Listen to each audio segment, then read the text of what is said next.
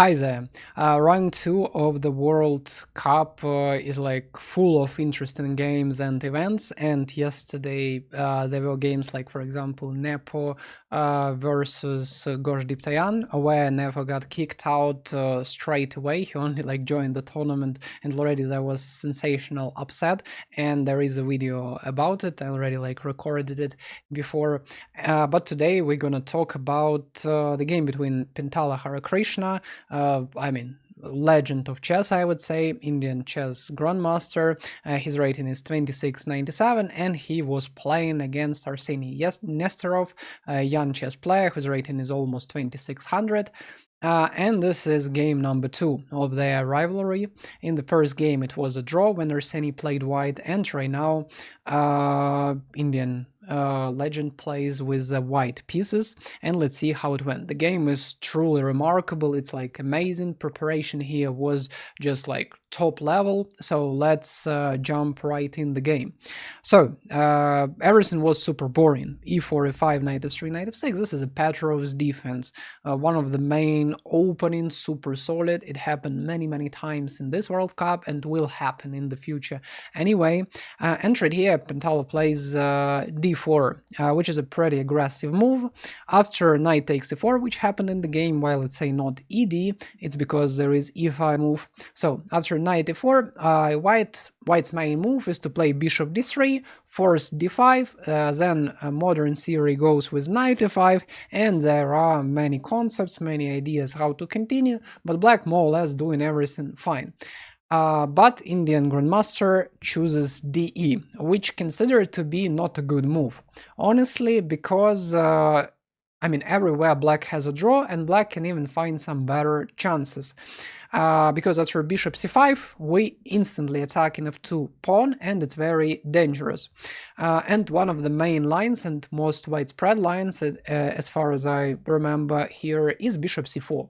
After bishop c4, idea is that we have and queen d5 trick and bishop f7 trick. And for example, after knight takes f2, we have a fork on 2 pieces, so it's like pretty sacrificey, and white kinda unstoppable. They take bishop f7, they go queen d5, they win the bishop back but lose the rook, so right now we down the rook, and the king is in a very dangerous spot. And you might say, okay, no way this is a draw, and I'm just gonna show you the most like standard draw in these positions. Of course there are ways how to create pressure, and people look for different tricky move orders to surprise the opponent and win the game, but if black know general concept, for example playing h6 to control g5 square and creating a window for the king, and then defend nicely, it's pretty hard to surprise the opponent. And I'm pretty sure Arseniy knew these lines pretty well. This is one of the typical draws with a threefold repetition.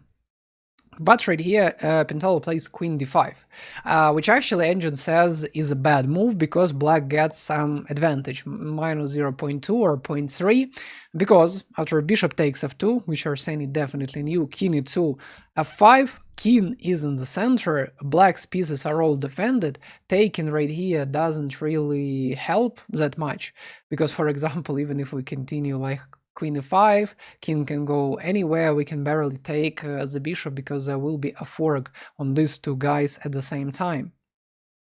But everything is under control, it's still a prep, knight c3, white tries to remove the knight of black, black plays c6, important intermediate move, which is quite annoying, trying to kick away the queen first, and then have like easier possibilities to play d5 in the future maybe, and here comes genius prep. It happened before, but in general, these are balls, because you play like round 2 against opponent who's lower rated, and you just sacrifice the queen.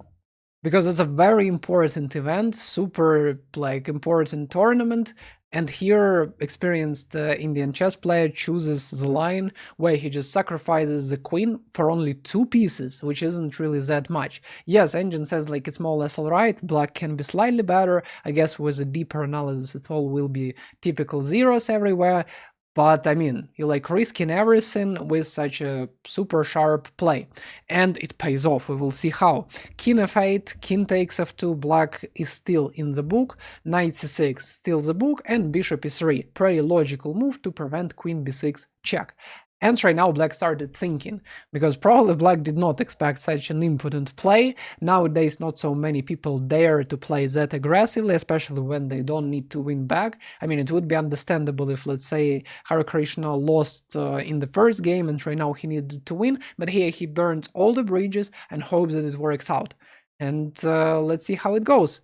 In the game, d4 was played, and weirdly enough, but Pentala after it started thinking, I don't know if it was in his notes or maybe he tried to recall the lines, and after bishop f4 he actually got pretty good attack going on. What was best for Arseniy right here? It was very like tricky move order to find.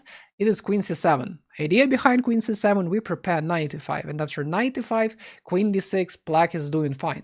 And in general, what's the biggest problem of black right here? It's clearly development. King is weak, that's true, but nobody's attacking him yet. But development of the queen side, this bishop, this useless rook, another rook, all the pieces completely miscoordinated. But white's pieces, especially minor pieces, they work as a team together.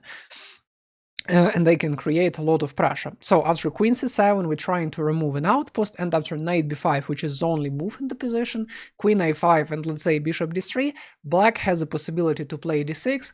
Yes, we're giving up a pawn, but at least we can develop, so the bishop can easily go, and right here, black's position more or less fine. It's still interesting, I'm pretty sure Pentala still knew how to play right here, but it would be like a lot harder to get any advantage. Instead, he like got right the spot.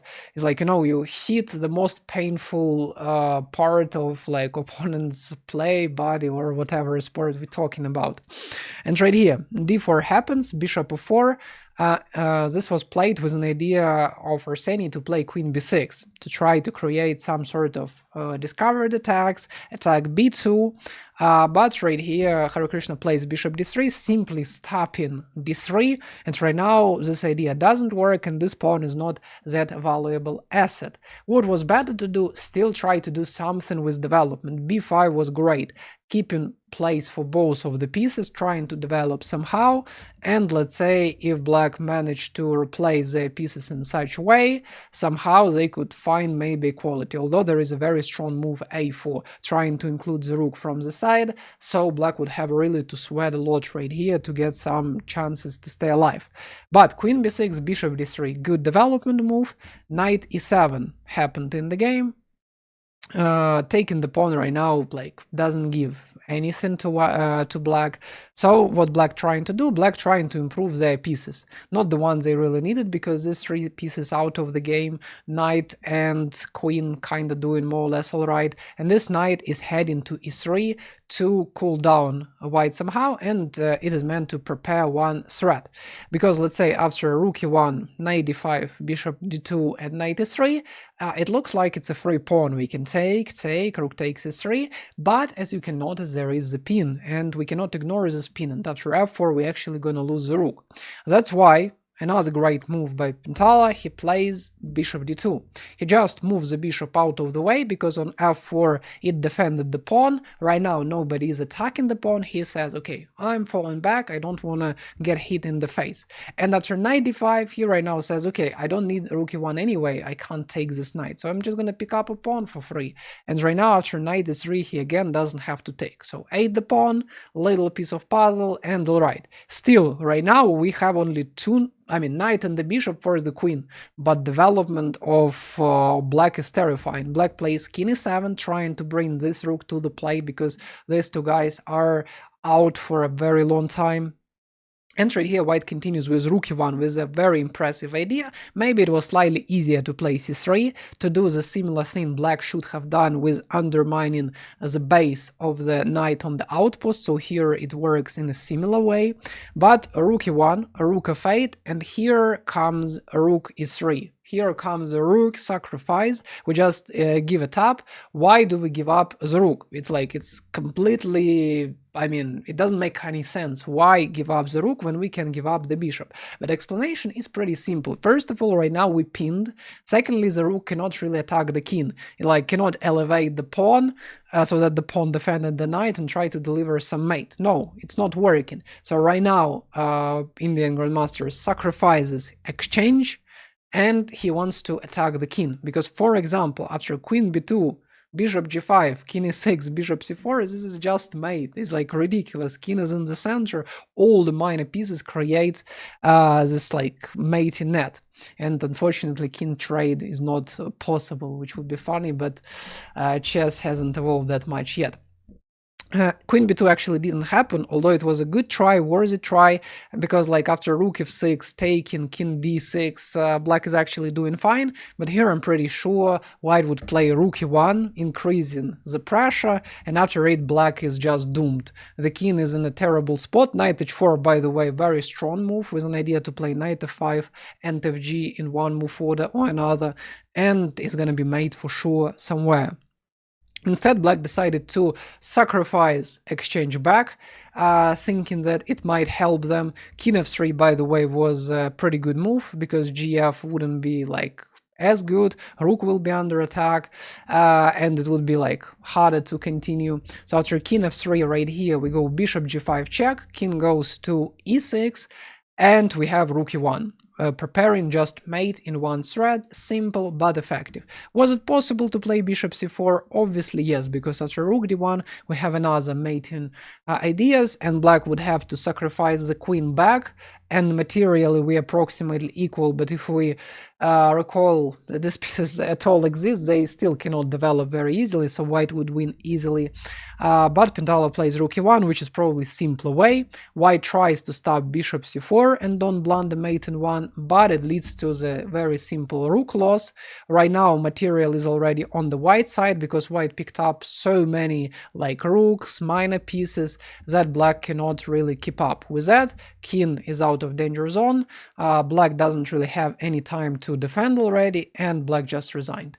This is like truly impressive game. I don't know if it's gonna be the best game of the tournament, but I would nominate this one for sure, because in such tournaments, it almost never happens, such impressive games where you attack, sacrifice, preparation is amazing. And to add to that, it wasn't just a preparation, you know, preparation, snap of fingers, and with some magic we win.